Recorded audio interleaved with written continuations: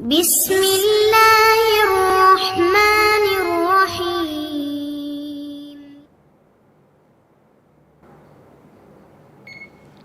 அஸ்ஸலாமு அலைக்கும் வரஹ்மத்துல்லாஹி வபரகாத்துஹு. அன்பிற்குரிய சகோதர சகோதரிகளே, நீங்களும் ஆலிம்களாகலாம் என்ற பாடத்தில் புதன் வியாழன் ஆகிய 2 நாட்கள் திருக்குரான் வசனத்தினுடைய நேரடி தமிழாக்கத்தையும் விளக்கங்களையும் பார்த்து வருகிறோம். இதுவரை பக்ரா அத்தியாயத்தின் 228 வசனங்களை பார்த்துவிட்டு 229இல் ஒரு சிறிய துணுக்கை மட்டும் பார்த்துருக்குறோம். அதன் தொடர்ச்சியை பார்க்கலாம். 229இல் என்ன சொல்லப்படுதுன்னா, அத்தலாக்கு மர்ரத்தானே. தலாக் அந்த தலாக் என்று சொன்னால் இதற்கு முந்திய வசனத்தில் பேசப்பட்ட தலாக். இதுக்கு முந்திய வசனத்தில் பேசப்பட்ட தலாக் என்னன்னு கேட்டால், திரும்ப அழைத்து மனைவியை தலாக் சொல்லிவிட்டு திரும்ப சேர்த்துக்கொள்வதற்கு வாய்ப்பு வழங்கப்பட்ட தலாக் இருக்குல்ல, அந்த தலாக் என்பது மர்ரத்தானே, 2 தடவைகள் தான். இப்போ தலாக் என்கிற ஒரு சான்ஸ் ஆண்களுக்கு கொடுக்கப்பட்டிருக்கிறது. அது 2 தடவை என்று இதில் இருக்கிறது. இந்த 2 தடவை என்பது இது முக்கியமான வாசகம். இது மர்ரத்தானி 2 தடவை என்பது முக்கியமான ஒரு வாசகம்.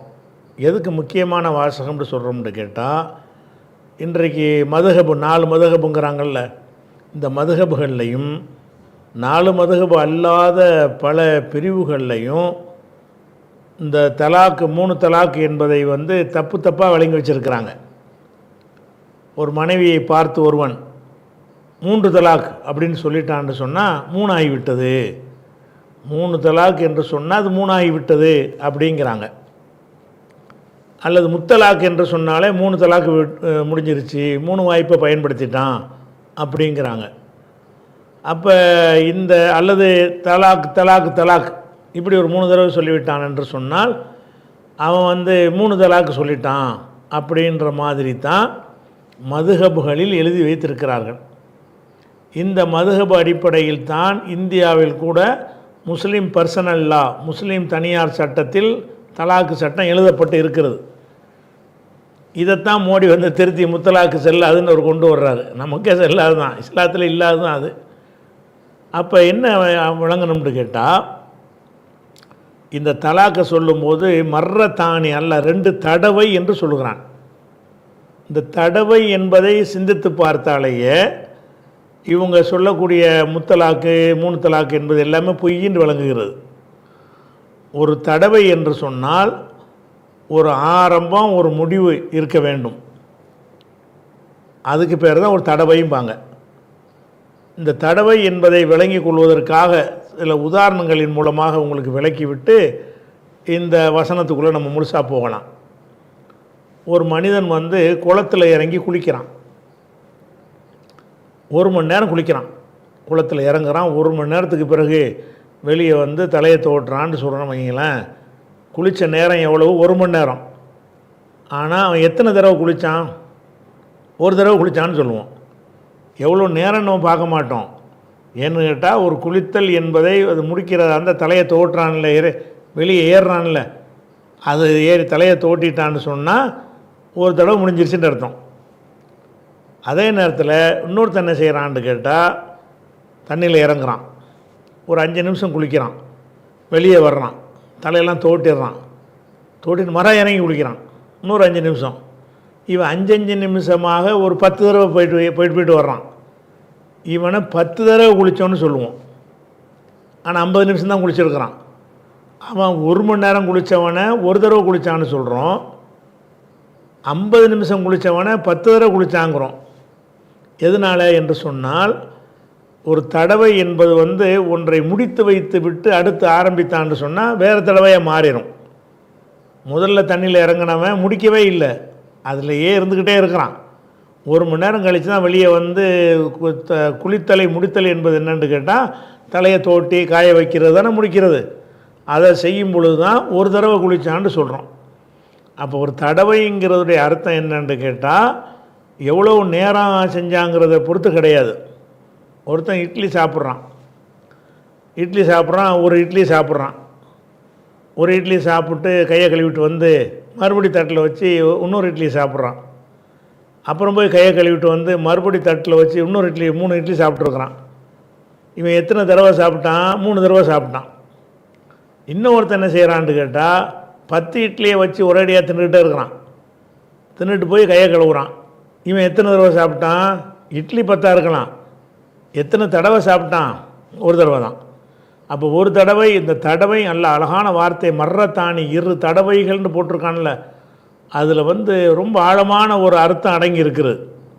இப்போ ஒருத்தன் மனைவியை நீ முத்தலாக்குன்னு சொல்லு, 100 தலாக்குன்னு சொல்லிட்டு போ. எத்தனை தடவை நீ விவாகரத்து பண்ணியிருக்கிற? ஒரு தடவை தான். ஒரு தடவைங்கிறது என்ன அர்த்தம் அப்படின்னு கேட்டால், ஒரு மனைவியை விவாகரத்து செய்தான் என்றால் செய்த உடனேயே அவள் மனைவி இல்லைன்னு ஆயிடுறான். ஃபஸ்ட்டில் தலாக்குன்னு சொல்கிறான்னு வைங்களேன், மனைவி இல்லாமல் ஆயிடுறான். அதோட கூட அவள் என்ன செய்யலாம், அந்த ஒரு மாதம் இதாக இருந்துட்டு வேறு ஒருத்தனை கல்யாணம் பண்ணிட்டு போயிடலாம். இப்போ மறுபடியும் நீ தலாக்கு ரெண்டாவது தலாக்கு சொல்வதாக இருந்தால் அவளை நீ மனைவியாக இல்லாதவளுக்கு தான் சொல்கிற. தலாக்குங்கிறான், இப்போ மனைவி இல்லை, மறுபடி தலாக்கு. யாருக்கு தலாக்கு? மனைவி இல்லாதவளுக்கு தலாக்கு சொல்கிற. நீ தலாக்கு சொல்கிறதா இருந்தால் மறுபடி மனைவி ஆக்கு. மனைவி ஆக்கிட்டு திரும்ப மீட்டி கொண்டு வாழ்ந்துட்டு மறுபடியும் தலாக்கு சொல்லணும். இப்போ தான் இவன் 2 தடவை தலாக்கு சொன்னான்னு வரும். இவன் தலாக்கு லட்சம் சொன்னாலும் சரி தான், முதல்ல தலாக்குன்னு சொன்ன உடனேயே அவள் மனைவி இல்லை, நீ கணவன் இல்லை. அப்புறமேல அடுத்து சொன்ன 2வது 3வது எல்லாமே யாருக்கோ சொல்லியிருக்கிறாய், மனைவிக்கு சொல்லலை. ஏன் மனைவிக்கு சொல்லலை? முதல் தலாக்கில் மனைவி இல்லாமல் போயிட்டாளே. அப்போ தடவைக்கு அர்த்தம் என்னன்னு கேட்டால், ஒரு விவாகரத்துன்னு சொல்கிறியா, லட்சம் கூட சொல்லு, ஒரு தடவை தான். அது கோடி தலாக்குன்னு சொல்லு, ஒரு தலாக்கு தான் விட்டுருக்குற. அப்போ மறுபடியும் தலாக்கு விடணுமா? தேவையில்லை, அப்படி விட்டுடலாம். மறுபடியும் தலாக்குங்கிற எப்போ வரும்னு கேட்டால், சரி நம்ம சேர்ந்து வாழ்வோம் அப்படின்னு சேர்த்துக்கிட்டான். 3 மாதவிடாய் காலத்துக்குள்ளே சேர்த்துக்கிட்டான். அல்லது 3 மாதவிடாய் கழிந்த பிறகு கல்யாணம் பண்ணிக்கிட்டான் அவளையே திருப்பி. இப்போ இன்னொரு தலாக்கு இப்போ சொல்லலாம். இப்போ மனைவி ஆகிட்டால, இப்போ தலாக்குன்னா இது 2வது தலாக்கு. தலாக்கு என்பது மனைவியாக ஆக்கிட்டு தான் தலாக்கு சொல்ல முடியும். ஒரு தலாக்கிலேயே மனைவி இல்லாமல் போய் விடுகிறாள். அப்புறமேட்டு அவளை செத்த பாம்பை போட்டு அடித்தா என்ன அர்த்தம்? பாம்பு செத்துருச்சு, மரப்போட்டு அடிச்சுக்கிட்டே இருக்கான். 100 அடி 1000 அடி அடித்தாலும் நான் ஏற்கனவே செத்து போச்சே. அந்த மாதிரி தான் தலாக்குன்னு சொல்லிட்டேன்னு சொன்னால், ஒரு தலாக்குன்னு மனைவியை தலாக்குன்னு சொன்ன நிமிஷமே அவள் மனைவி இல்லாமல் போயிடுறான். அந்த 3 மாதவிடாய் காத்திருப்பது எதுக்குன்னா வேற ஒரு கல்யாணம் பண்ணுறதுக்காகத்தான் காத்திருக்கிறான். அது கூட இவன் அழைச்சா வரணும்னு அவளுக்கு அவசியம் கிடையாது. 3 மாதவிடாய் கழித்து வேறு கல்யாணம் பண்ணிக்கிறலாம். அப்போ தலாக்குன்னு சொன்ன உடனேயே அவள் மனைவி இல்லாமல் போயிடுறான். அப்புறம் நீ 2வது தலாக்கு யாருக்கு சொன்ன? 3வது தலாக்கு யாருக்கு சொன்ன? அது எப்படி 2வது ஆகும்? அது எப்படி 3வதுன்னு ஆகும்? அப்போ ஒருத்தன் மனைவியை பார்த்து 3 தலாக்கு முத்தலாக்குன்னு சொல்வானேயானால் அவன் ஒரு தடவை தலாக்கு சொல்லியிருக்கிறான்னு அர்த்தம். 3 தடவை தலாக்குண்டா என்ன? அதோட ரிசல்ட் வேறு. எதுக்காக இதை பிரித்து பேசுகிறோம்னு கேட்டால், முதல் தலாக்கு சொன்னோன்னே என்ன ரிசல்ட் வரும், 2வது தலாக்குக்கு பிறகு என்ன ரிசல்ட் வரும், 3வது தலாக்குக்கு பிறகு என்ன ரிசல்ட்டுங்கிறது நீங்கள் விளங்கிக்கிட்டால் தான் இதனுடைய முக்கியத்துவம் புரியும். முதல் தலாக்கு சொல்கிறான்ல, சொன்னதுக்கு பிறகு அவளை திரும்ப அழைச்சிக்கிடலாம் விரும்பினால்டா. அந்த காலம் கடந்துருச்சின்னு சொன்னால் திரும்ப கல்யாணம் பண்ணிக்கிடலாம் அவளும் விரும்பினான். இது முதல் தலாக்குடைய நிலைமை. சரி, விரும்பி சேர்ந்து வாழ்ந்துக்கிட்டு இருக்கிறாங்க. மறுபடியும் 2வது தடவை தலாக்குங்கிறான். இப்போ என்ன செய்யலாம்? அந்த 3 மாதவிடாய் முடிகிறதுக்குள்ளே அவளை சேர்த்துக்கிடலாம் விரும்பினான். அல்லது 3 மாதவிடாய் கடந்துருச்சுன்னு சொன்னால் திருமணத்தின் மூலம் சேர்ந்து கொள்ளலாம், அதுவும் விரும்பினான். இது 2வது தலாக்குடைய ஒரு நிலைமை. 3வது தடவை சேர்ந்து வாழ்கிறாங்க. வாழும்போது இப்போ தலாக்குன்ட்டான். இப்போ ரிசல்ட் வேறே ஆயிரும். இப்போ 3வது தலாக்கு சொல்லிட்டேன்னா திரும்பிலாம் அழைக்க முடியாது. 3வது தலாக்கு சொன்னதுக்கு பிறகு அப்போ முதல் தலாக்குலேயும் மனைவிங்கிற உறவு போயிடுச்சு, மீட்டி கொண்டால்தான் மனைவின் மறுபடியும் வருவாள். 3வது தலாக்கு சொன்னாலும் மனைவிங்கிற உறவு போய்விட்டது. ஆனால் அதில் என்ன அதை இப்போ என்ன வித்தியாசம் வரும் என்று கேட்டால், மூன்றாவது தடவை தலாக் சொல்லிவிட்டு சரி வா சேர்ந்துக்குருவோம் அப்படின்னு மனைவியை கூப்பிட முடியாது. முதல் தலாக்கு சொல்லிவிட்டு மனைவியோட சேர்ந்துக்கிடலாம், ரெண்டாவது தலாக்கு சொல்லிவிட்டு மனைவிட்ட சேர்ந்துக்கிடலாம், மூணாவது தலாக்கு சொல்லிட்டோம்னு சொன்னால் மனைவிட சேர முடியாது. அல்லது வேறு ஒரு ஒரு வருஷம் கழித்து அவளை திரும்ப கல்யாணம் பண்ணிக்கலாமான்னு அதுவும் முடியாது. மூன்றாவது தலாக்குக்கு பிறகு திரும்ப அழைத்து கொள்ளுதல் என்பதோ திரும்ப மணந்து கொள்ளுதல் என்பதோ கிடையாது. இது மூன்றாவது தலாக்குடைய நிலைமை. அப்போ இப்போ தான் அது ஒரு கண்டிஷன் இருக்குது. என்ன கண்டிஷன்? நீ மூணாவது தலாக்கு சொன்ன பிறகு அவளும் நீ வேணாண்டு போயிட்டு அவள் வேற ஒரு கல்யாணம் பண்ணி அந்த புருஷனும் இதே மாதிரி அவளை விவாகரத்து பண்ணிவிட்டு அப்படி அந்த மாதிரி இருக்கும்போது நீ என்ன செய்யலாம்? அவளை நீ கல்யாணம் பண்ணிக்கலாம். புது அந்நிய பெண் மாதிரி எடுத்துக்கொண்டு ஃப்ரெஷ்ஷாக மூணு வாய்ப்பு கிடைக்கும். அப்போ அந்த பெண்ணை நீ மறுபடி கல்யாணம் பண்ணுறதா இருந்தால் இன்னொருவனுக்கு வாழ்க்கைப்பட்டு அவன் விவாகரத்து செஞ்சு அவள் தலாக் விடப்பட்டவளாக இருப்பாளேயானால் அப்போ நீ என்ன செய்யலான்னு கேட்டால் நீ கல்யாணம் பண்ணிக்கலாம். அல்லது வேற ஒருத்தனை கல்யாணம் பண்ணி அவன் செத்து போயிட்டான்னு வைங்க, அப்படி இருந்தாலே ஆனால் அவளை நீ கல்யாணம் பண்ணிக்கலாம். இப்போ 3 தலாக்கு சொல்லிட்டேன். 3 தலாக்கு சொல்லிவிட்டால் இன்னொருவனுக்கு அவள் வாழ்க்கைப்பட்டு அந்த வாழ்க்கை முடிந்து இருந்தால் மட்டும்தான் இந்த 3வது தலாக்கு சொன்னவன் அவளோட சேர முடியும். அப்படி இல்லைன்னா சும்மாவும் அவளை அழைச்சிக்கிற முடியாது, திருமணத்தின் மூலமாகவும் சேர்த்துக்கொள்ள முடியாது. அப்போ இந்த விஷயங்கள்லாம் அந்த வரக்கூடிய வசனத்தில் வருது. இந்த வசனம் நம்ம வாசிக்கக்கூடிய வசனத்தில் இந்த சட்டம்லாம் வரப்போகுது. அப்போ இந்த விஷயம் இருக்கும் பொழுது இப்போ இந்த உலமாக்கள்லாம் என்ன பண்ணுறாங்க? மதுஹப் உலமாக்கள்லாம் தலாக்குங்கிறானா 3 முடிஞ்சிருச்சுன்றாங்க, சேர முடியாதுங்கிறாங்க. என்ன இதனுடைய தான் கவனிக்கணும், எவ்வளோ பெரிய கொடுமை செய்கிறாங்கன்னு பாருங்கள். அல்லாஹ் மனுஷன் கோபக்காரனாக இருக்கிறான் என்பதற்காக வேண்டி அதை விளங்கி ஒரு 3 சான்ஸ் எல்லாம் கொடுத்துருக்குறான். இவங்க என்ன செய்கிறாங்கன்னு கேட்டால் தலாக் தலாக் தலாக் 3 தலாக்குனா என்னங்க ரிசல்ட்டு? ஒரு தலாக்கு தான் இது, இவங்க பார்வையில் 3 தலாக்கு. 3 தலாக்கு என்று இதை ஆக்கிவிட்டு இப்போ நீ பொண்டாட்டியோடு சேர முடியாது, வேற ஒருத்தனுக்கு கல்யாணம் பண்ணி கொடுத்த பிறகு தான் நீ சேர முடியுமே தவிர நீ அவளை திரும்ப அழைக்க முடியாதுங்கிறாங்க. ஒரு தலாக்கை, அதாவது ஒரு தலாக்காக கருதப்பட வேண்டியதை 3 தலாக்காக ஆக்கினது யார்? இந்த மார்க்க அறிஞர்கள். எல்லா மதுஹபில் உள்ளவர்களும் இந்த கருத்தை சொல்கிறார்கள். ஆனால் இஸ்லாத்தில் அப்படி இல்லை. அப்படி இல்லைங்கிறதுக்கு ஆதாரத்தை நான் ஹதீஸில் தான் உங்களுக்கு காட்டுறேன். இஸ்லாத்தில் இந்த கிடையாது. அப்போ குர்ஆன் ஹதீஸில் இல்லாத ஒரு சட்டத்தை முத்தலாக்கு என்று ஃபிக்குகளை எந்த மதுஹபில் கேட்டாலும் முத்தலாக்கு தான். என்னப்பா முத்தலாக்கு 3ன்னு சொல்லிட்டான்ல, 3 தான். ஒரு இட்லி வச்சுட்டு 3 3 ஆயிரமா? 3 இட்லி இருந்தால் தானே 3 ஆகும். 3 சொன்னால் 3 ஆயிரமா? 3ன்னு சொல்கிறதையும் கவனிக்கணும். அங்கே 3 இருக்கணும், அப்போ தான் அது 3ஆக இருக்க முடியும். அப்போ இவன் தலாக்குன்னு சொன்ன 3 தலாக்குன்னு சொன்னால் கூட ஒரு தடவை தலாக்குன்றவனே மனைவி இல்லாமல் போயிடுறான். மறு தலாக்குக்கு அவளை சேர்த்தா தான் நீ தலாக்கு விட முடியும். மனைவி ஆக்குனா தான் நீ தலாக்கு சொல்ல முடியும். ஆக்கலைன்னு சொன்னால் நீ உளறிக்கிட்டு இருக்கிறேன்னு அர்த்தம். இப்படின்னு சட்டம் சொல்லியிருப்பார்களே. ஆனால் இன்னொரு வெறிக்கணும் தெரியுமா? இந்த மதுஹபில் உள்ள அவங்க சொந்தக்கார மதுஹப் அஜர்த்து இருக்கான்னு வைங்களேன், அஜர்த்து மகளை ஒருத்தன் முத்தலாக்கு சொல்லிடுவான். இவங்க மதுஹப் இப்படி இப்போ புருஷனோட சேர முடியாது. சேரணுன்ற ஒரு முயற்சி பண்ணும்போது அஜர்த்து மாதிரிலாம் என்ன செய்வாங்கன்னு கேட்டால், இந்த தௌஹீத்காரங்கள்ட்ட போங்க, பத்து வாங்கிட்டு வாங்க, அவங்க உங்களை சேர்த்து வச்சுருவாங்கிறாங்க. அவங்க குடும்பத்துக்கு வரும்போது மட்டும் ஒரு தலாக்குன்னு நம்ம ஒரு தலாக்குன்றோம்ல, நீ 3 தலாக்குன்னு சொன்னால் ஒரு தலாக்கு தான் போய் சேரலான்னு சொல்லி என்ன செய்கிறது? அவன் உலகத்துக்கெலாம் சொல்கிறது பயான் வேறையாக இருக்கிறது. அவன் மகளுக்கு பஞ்சாயத்து வந்தவுடனே தௌஹீத்காரர்கள்ட்ட போய் நீங்கள் சேர்ந்துக்கிறங்க, முறைப்படி இணைஞ்சிக்கிட்டு அப்புறமேல் வாங்க, முறைப்படி கல்யாணம் பண்ணிக்கிறங்கன்னு சொல்லக்கூடிய காட்சியை பார்க்குறோம். உங்களுக்கே தெரியுது, இது ஒரு பைத்தியக்காரத்தனமாக நம்ம சட்டம் போட்டிருக்கோன்னு உங்களுக்கே விளங்குது. அதனால் இந்த மதுஹபுகளில் இப்படி ஒரு விஷயங்களை வைத்திருக்கிறார்கள். அதனால் இஸ்லாத்தில் என்னன்னு கேட்டால் 2 டைம் தான் திரும்பி அழைக்கிற 2 டைம் கொடுத்துருக்கான்ல, 2 தடவை. அப்போ 2 தடவைங்கும்போது ஒரு தடவை 1,00,000 தலாக்கு சொன்னாலும் ஒரு தடவை தான் சொல்லியிருக்கிறான்னு அர்த்தம். அப்போ தலாக்கு என்பது 3 தடவை எப்போ வரும்னு கேட்டால் 3 தடவை அவளை திரும்ப அழைத்து கொண்டு பிறகு தலாக் சொன்னால் தான் 3 வரும்.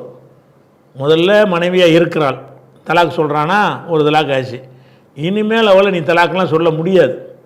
ஏன் அவன் மனைவி இல்லை, இனிமேல் நீ தலாக் சொல்வதாக இருந்தால் ஒன்று அந்த குறிப்பிட்ட 3 மாதவிடாய்க்குள்ளே சேர்ந்துக்க, இப்போ மனைவி ஆயிடுவா, இப்போ தலாக் சொல்லு.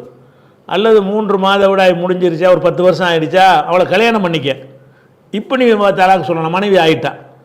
மனைவி ஆக்காமல் தலாக் சொல்ல இயலுமா? இயலாது. ஆனால் ஏழுங்கிறாங்க முத்தலாக்கு. அது முத்தலாக்குன்ற வார்த்தை வரை கண்டுபிடிச்சி வைக்கிறாங்க. அப்போ முத்தலாக்குங்கிற ஒரு விஷயமே இஸ்லாத்தில் கிடையாது. 3 தலாக்கு தான், 3 தலாக்கு தான். 3 தலாக்கும் எப்படி இருக்க வேண்டும், 3 சொல்லணும்னு அவசியமும் கிடையாது.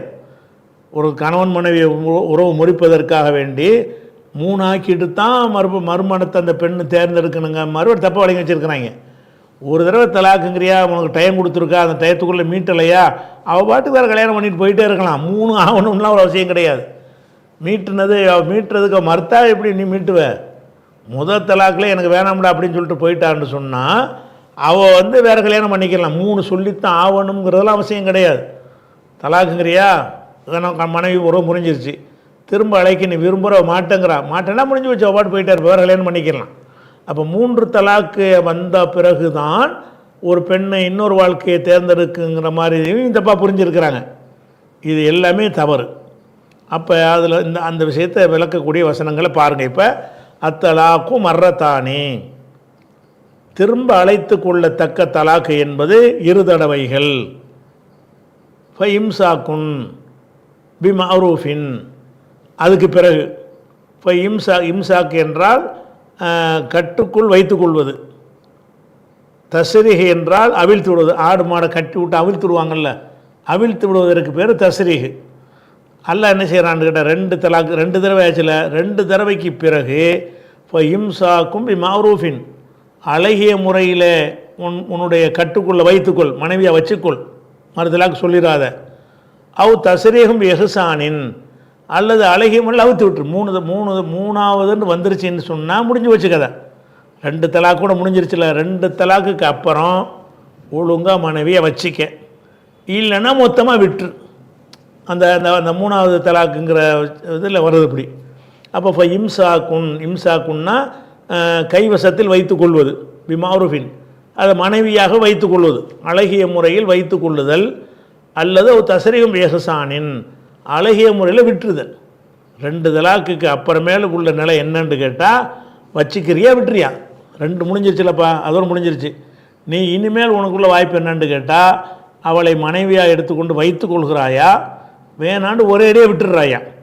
ஒரேடியாக விடுதல் தான் இருக்குது, திரும்ப அழைத்து கொள்வது இனிமேல் கிடையாது அப்படிங்கிறதுக்கு அல்லாஹ் சொல்லிடுறான். அதுக்கடுத்தது ஒலா யஹில் உலக்கும், உங்களுக்கு இலக்குங்கிறது ஆண்களுக்கு, ஒலா யஹில் உலக்கும், ஆண்களாகிய உங்களுக்கு ஹலால் இல்லை. லா யஹில்லுன்னா ஹலால் கிடையாது, ஹலாலாக ஆகாது.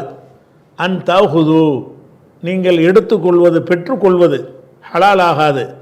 மிம்மா ஆத்தை துமுகுன்ன, அந்த பெண்களுக்கு மனைவிமார்களுக்கு நீங்கள் கொடுத்திருக்கிறீர்களே அவற்றில் இருந்து ஷைஅன், எந்த ஒன்றையும் எடுத்துக்கொள்ளுதல் ஹலால் இல்லை. அப்போ தலாக்கு முடிஞ்சிருச்சா, கொடுத்ததெல்லாம் தாண்டு கேட்கலாமன்னா முடியாது. பெண்களுக்கு கல்யாணம் பண்ணி தம்பதிகள் வாழ்கிறாங்க, வாழும்போது என்ன செய்யறான், தலாக் சொல்லிட்டான். மகராக ஒன்று கொடுத்துருப்பான், அது ஒரு விஷயம். அது போக என்ன செய்வான்னு கேட்டால் மனைவின்னு ஆன பிறகு நகை நட்டு அது இதுன்னு என்னத்தையும் வாங்கி கொடுத்துருப்பான், ஒரு சொத்தை கூட எழுதி வச்சுருப்பான். இப்போ தலாக் ஆனவுன்னா எல்லாத்தையும் கொடுன்னு கேட்கலாமன்னா கேட்கக்கூடாது. நீங்கள் மகராக கொடுத்தாலும் சரி, வேறு வகையில் கொடுத்தாலும் சரி, மனைவிக்கு அதாவது கொடுத்தல் 2 வகை இருக்குது. ஒரு நகையை செஞ்சு போடுவான், எப்படி போடுவான், இது நீனே வச்சிக்க அப்படின்னு கொடுத்தான்னா அவளுக்கு கொடுத்துட்டான்னு அர்த்தம். இது குடும்ப தேவைக்கு இருக்கட்டும், நீ போட்டுக்க, நம்ம கஷ்டம் தான் விற்றுக்குருவோம் அப்படிங்கிறதுக்காக வேண்டி அவள்கிட்ட கொடுத்தான்னு சொன்னால் அது அவளுக்கு கொடுத்தது இல்லை. அவளுக்கு கொடுத்தது என்று சொன்னால் அவளுக்கு உடமையாக கொடுத்து விடுவதுக்கு பேர் தான் அவளுக்கு கொடுப்பது. அது குடும்பத்துக்கு பொதுவாக சொத்தாக இருக்கிறத என்ன செய்வோம், வாங்கி வச்சுக்கிறோம், கஷ்டத்துக்கு விற்றுக்குருவோம், வேறு எதுக்கு பயன்படுத்திக்கிறோம் அப்படின்னு நினைத்து நகை நட்டை வாங்கி வச்சான்னு சொன்னால் அது மனைவிக்கு கொடுத்தாண்டு வராது. எதை மனைவிக்கு கொடுத்துட்டானோ அது மகரை மட்டும் கிடையாது, மகர் அல்லாமல் நிறைய விஷயங்களை கொடுப்பாங்க. மனைவின்னு ஆன பிறகு நிறைய விஷயங்களை மனைவிக்காக கணவன் கொடுப்பான். அதை திரும்ப வாங்கலாமான்னா ஹராம் அது. வலா யஹில் உலக்கும், ஆண்களாகி உங்களுக்கு ஹலால் ஆகாது. அன்தாஹுது நீங்கள் பெற்று அன் வந்ததுனால நூனு போயிடுச்சு. அன்தாஹுதூன நீங்கள் பெற்றுக்கொள்வது மிம்மா ஆத்தை துமுஹுன்ன அந்த பெண்களுக்கு நீங்கள் வழங்கியவற்றில் இருந்து. ஆத்தை துமுஹுன்னா அவர்களுக்கு நீங்கள் வழங்கினீர்கள். மிம்மா அந்த மா வந்து மஸ்தர் ஆக்கிறேன், மௌசூல் ஆக்கிறேன். மினல்லது ஆத்தை துமுஹுன்ன நீங்கள் எதை அந்த பெண்களுக்கு கொடுத்தீர்களோ அதில் இருந்து ஷெய்அன் எந்த ஒன்றையும் 100 ரூபா கூட திருப்பி வாங்க முடியாது. ஷெய் என்று சொன்னால் எந்த ஒன்றையும் நான் அர்த்தம், 1 கோடி ரூபா கொடுத்துருக்குறீங்க, ஒரு 5000 ரூபா வாங்கித்தாங்கன்னு கேட்க முடியாது, ஹலால் இல்லை. அப்போ இது ஒரு 2வது சட்டத்தை எல்லாம் சொல்லிடுறான். இல்லா ஐயஹாஃபா அந்த இருவரும் பயந்தாலே தவிர, அல்லா யுகைமா ஹுதூத் அல்லாஹி அல்லாஹ்வுடைய வரம்புகளை அந்த 2 பேரும் நிறைவேற்ற மாட்டார்கள் என்று பயந்தாலே தவிர அது ஹலால் இல்லை. என்ன சொல்லப்படுதுன்னா, தலாக் அடித்து முடிஞ்சு வச்சு அது ஒரு விஷயம். கொடுத்ததை வாங்குதல்னு வருதில்ல, கொடுத்ததை வாங்கலாமான்னா ஹராமுன்னு ஆயிடுச்சு. ஆனால் இல்லா யஹாஃபா அந்த 2 பேரும் பயந்தாலே தவிர, கணவன் மனைவி 2 பேரும் பயப்படுறாங்க. எதுக்கு பயப்படுறாங்கன்னு கேட்டால், அல்லா யுகைமா ஹுதூத் அல்லாஹி அல்லாஹ்வுடைய வரம்புகளை நிலைநாட்ட மாட்டார்கள் என்று பயந்தாலே தவிர. அல்லாஹ்வுடைய குடும்ப வாழ்க்கைக்குன்னு சில வரம்புகளை அல்லாஹ் வச்சிருக்கிறான். அந்த வரம்புகளை நிலைநாட்ட மாட்டார்கள், அவங்களுக்குள்ள சரியாக வராது என்று அஞ்சினாலே தவிர கொடுத்த ஒன்றில் எந்த ஒன்றையும் நீங்கள் பெற்றுக்கொள்ளக்கூடாது. ஃபொயின் ஹிஃப்தும் நீங்கள் அஞ்சினால், அல்லா யுகைமா ஹுதூத் அல்லாஹி அல்லாஹ்வுடைய வரம்புகளை 2 பேரும் நிலைநாட்ட மாட்டார்கள் என்று நீங்கள் அஞ்சினால், ஃபலா ஜுனாஹ அலைஹிமா அந்த 2 பேர் மீதும் குற்றம் வராது. ஃபீ மஃப்ததத் பிஹி அவள் தண்டமாக கொடுக்குறாளே அந்த விஷயத்தில் 2 பேர் மேலேயும் குற்றம் வராது அப்படின்னு வருது. இது என்ன சொல்லுதுங்கிறத விளங்கிக்கிட்ட இன்னொரு அர்த்தம் செய்வோம். அதாவது கணவன் மனைவிக்கு பிரச்சனை வந்தால் தலாக்கு விடுதல்ங்கிறது ஒன்று இருக்கிறது. அது யார்கிட்ட உள்ளது? கணவன்கிட்ட உள்ளது. இது அல்லாமல் 2 பேருக்கு சரி வரவே மாட்டேங்குது. இவன் தலாக்கு விடவும் மாட்டேங்கிறான், பிடிக்கவே மாட்டேங்குது. 2 பேருக்கும் சண்டை சச்சரவுன்னு போய்கிட்டே இருக்கிறது. இவனுக்கு சேர்ந்து வாழ்கிறதுக்கு விருப்பமே இல்லை, அவளுக்கும் விருப்பம் இல்லை. இந்த மாதிரி 2 பேரும் பயப்படுறாங்க, இது நமக்கு செட்டே வராது. குடும்ப வாழ்க்கைக்குண்டு சில கண்டிஷன்கள் எல்லாம் தர்றான், அதை நம்ம 2 பேருமே நிறைவேற்றுற மாதிரி இல்லை. எனக்கு உன்னையே பிடிக்கல, உனக்கு என்னையே பிடிக்கல, நமக்குள்ளே மேட்ச் ஆகாது அப்படின்ற மாதிரி வந்தால், அப்போ அந்த பெண் சைட்டில் இருந்து ஆண் சைடு தான் இல்லைன்னு தலாக்குன்னு சொல்லிடுவானே. அவள் என்ன செய்கிறான்னு கேட்டால், இந்த உனக்கு எனக்கு வேணாம், நீ உனக்கு என்ன தரணுமோ சொன்னா உன்ட்ட வாங்கினெல்லாம் தந்துடுறேன், உன்ட்ட வாங்கினதெல்லாம் நான் தந்துடுறேன் அப்படின்னு சொல்லிட்டு அவள் என்ன செய்கிறான்னு கேட்டால், நீ எழுதி தந்த வீட்டை கூட நீ வச்சுக்க, என்னை விட்டுரு அப்படின்னு சொல்கிறான். அப்போ அந்த மாதிரி ஒரு நிலை வரும்போது அவள் ஒன்றை தந்தாலேயானால் அது ஹலால் ஆகும். ஏன்னா இவனை விவாகரத்து பண்ணலை, அவள் வேணாங்கிறான். இவன் விவாகரத்து இவனாக பண்ணிட்டான்னு சொன்னால் எதுவுமே கேட்க இயலாது. இப்போ என்னன்னு கேட்டால், அவள் என்ன செய்கிறா, 2 பேரும் நிலைநாட்ட மாட்டாங்கன்னு சொல்லும் பொழுது மனைவி என்ன செய்கிறான்ட்டு, அந்த உனக்கு எனக்கு சரியாக வரமாட்டேங்குது, என்னை விட்டுரு, எனக்கு உனக்கு பிரச்சனை இல்லை அப்படின்னு சொல்லி இவ சைட்லேருந்து கோரிக்கை வருது. கோரிக்கை வரும்போது அதெல்லாம் முடியாதுங்கிறான். உனக்கு நான் எவ்வளோ செலவு பண்ணியிருக்கிறேன் என்ன அப்படி இப்படின்னு சொல்கிறான். என்ன செலவு பண்ண எல்லாத்தையும் நான் தந்துடுறேன், அந்த என்னென்ன எழுதி கொடுத்து உன் பேரில் திருப்பி தந்துடுறேன், என்னை விட்டு போதும், நீ போட்ட நகைகள்லாம் அந்த வச்சுக்க அப்படின்னு அவள் தந்ததெல்லாம் திருப்பி தர்றேங்கிறான். அந்த மாதிரி இருந்தாலேயானால் அப்போ அதை வாங்கிடலாமான்னா வாங்கிடலாம். இவன் விவாகரத்து பண்ணலையில், அவள் தானே அதை கேட்குறான். அவளாக விவாகரத்து கேட்கும் பொழுது அவளாக என்ன செய்கிறான்னு கேட்டால் அவள் தண்டமாக கொடுக்குறான். அந்த விஷயத்தில் 2 பேர் மீது குற்றம் கிடையாது. அப்போ விவாகரத்துன்ற ஆம்பளை சைட்லேருந்து சொன்னானேயானால் கொடுத்த எதையும் திருப்பி கேட்கக்கூடாது.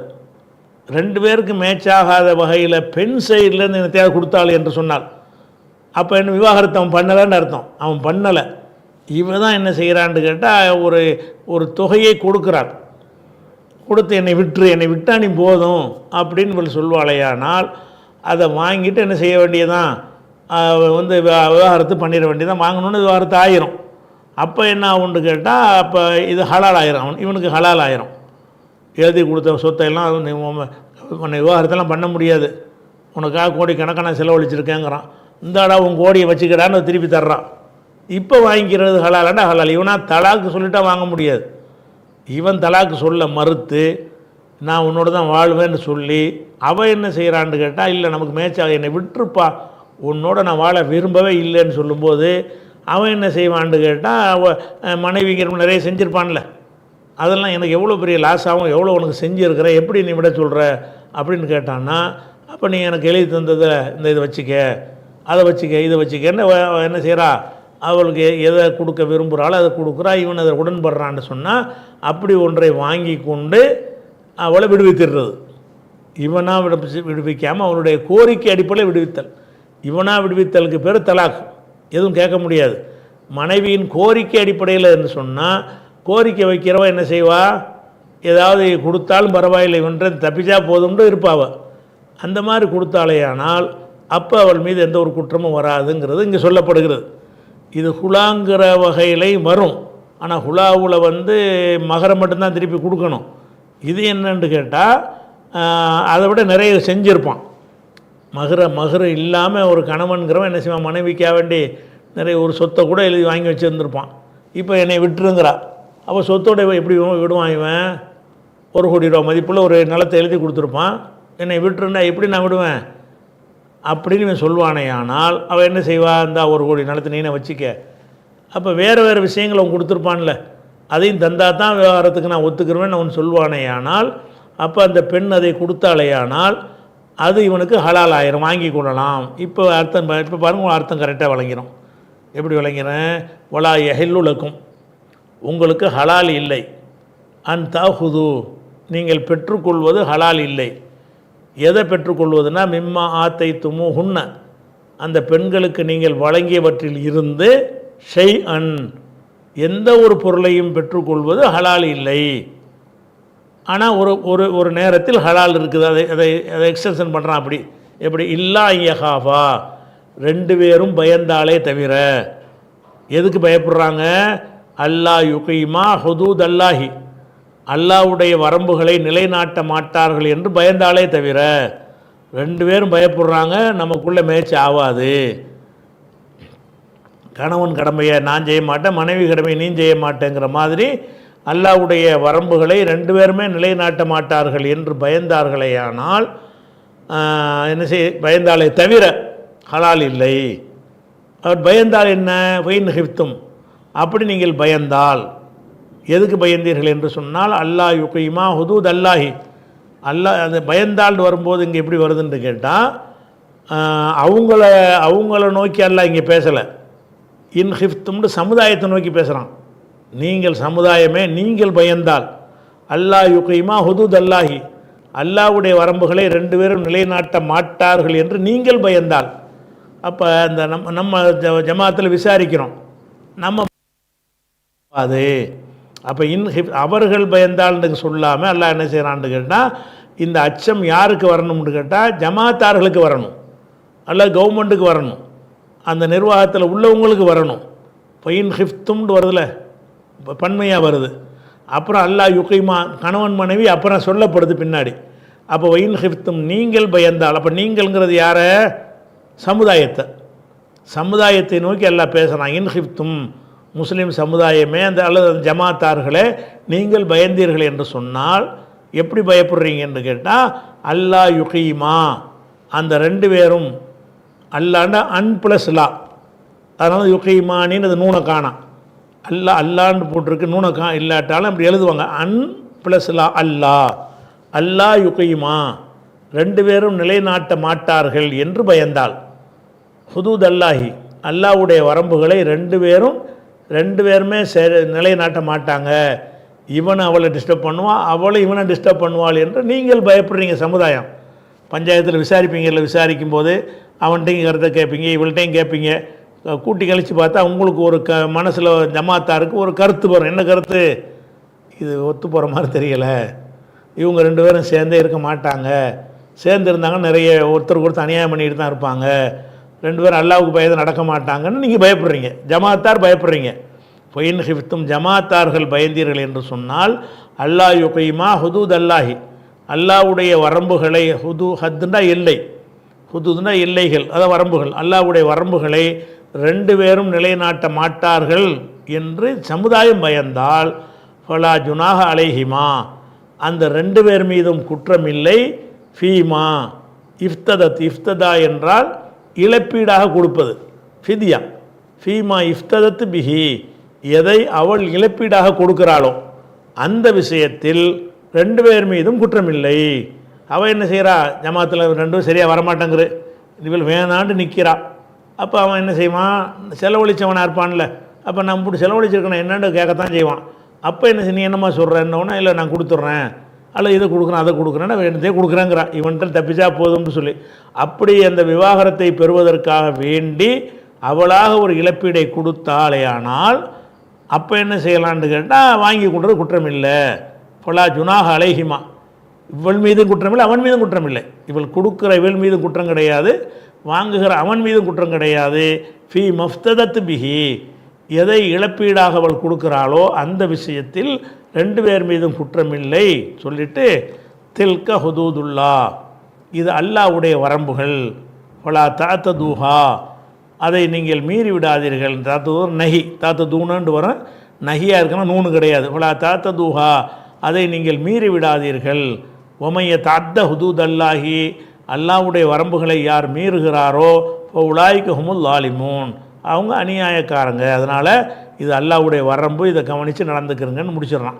ஆனால் இதில் இன்னும் கூடுதலான விவரங்கள் இந்த வசனத்தில் கூடுதலாக சொல்ல வேண்டிய விஷயங்கள் ஆதாரங்கள்லாம் இருக்கிறது. அதை இன்ஷா அல்லாஹ் நம்ம நாளைக்கு பார்க்கலாம்.